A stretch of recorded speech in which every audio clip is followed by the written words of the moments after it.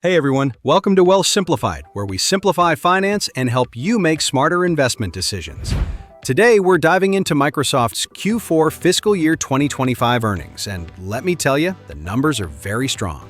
Whether you're new to investing or just want to better understand what these results mean for your portfolio, stick around because I'm going to break it all down for you.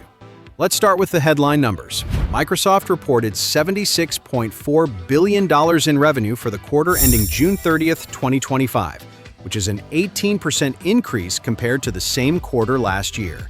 That's a massive jump for a company already operating at such a large scale. Operating income came in at $34.3 billion, up 23%, showing they're not just growing, they're becoming more profitable while doing it.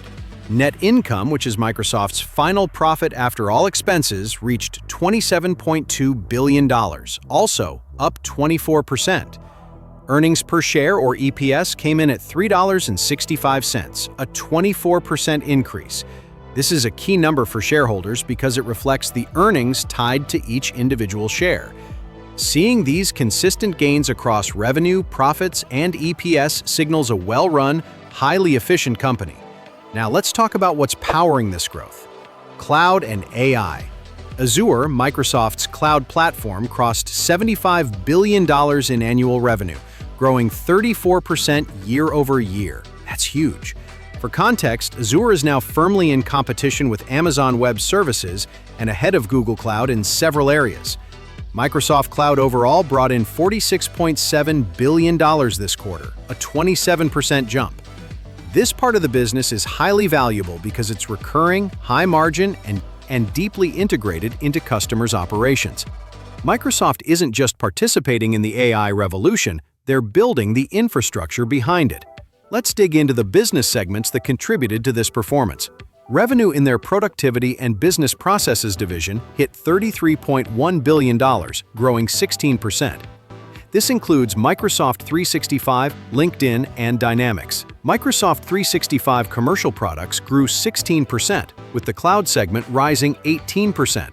That tells us businesses are continuing to rely on Microsoft tools like Teams, Excel, and Outlook, especially as AI features like Copilot are added. On the consumer side, Microsoft 365 saw a 21% revenue increase. That's a clear signal that even individual users are subscribing for productivity and cloud storage.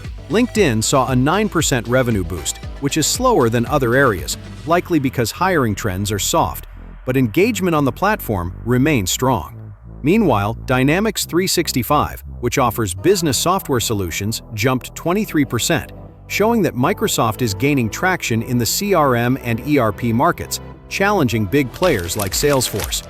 So what does all this mean if you're an investor? First, Microsoft's growth isn't coming from one place. It's happening across cloud, consumer, enterprise, and software. That's a sign of a well-diversified business. Second, AI is already generating real revenue. This isn't some futuristic bet. Microsoft is earning billions from AI-powered products and services right now.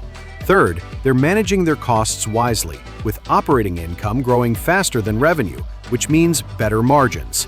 And finally, Microsoft's competitive edge is only getting stronger. Between Azure, Office, Windows, LinkedIn, and GitHub, their ecosystem is sticky, trusted, and difficult for competitors to break into. To sum it all up, Microsoft just ended its fiscal year with record-setting numbers. Revenue is climbing, profits are surging, and they've got a clear lead in the cloud and AI race. For long-term investors, Microsoft continues to look like one of the most stable and innovative companies in the market today.